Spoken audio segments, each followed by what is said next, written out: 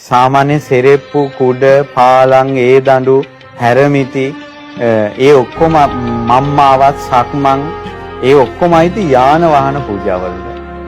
ඉතින් ගොඩාක් සංසාරේ සැප ලැබෙනවා පූජාවෙන්. ඊට පස්සේ තියෙනවා ඡත්‍ර පූජාව කුඩ.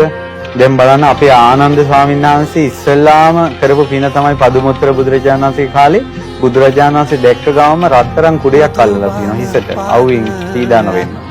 සත්තම් මහන්තන් යථාවාස කාලේ කියනෝනේ ධර්මයේට වැස්ස කාලේට ලොකු කුඩයක් වගේ මේ ධර්මයේ කියලා. ඉතින් අපේ ආනන්ද ස්වාමීන් වහන්සේ මේ බුද්ධ ශාසනයේ ධර්ම චත්‍රය ඇල්ලුවා නේද? ධර්මයේ දරාගත්තා නේද? ඉස්සල්ලාම කළා තියෙන්නේ ඡත්‍ර පූජාව.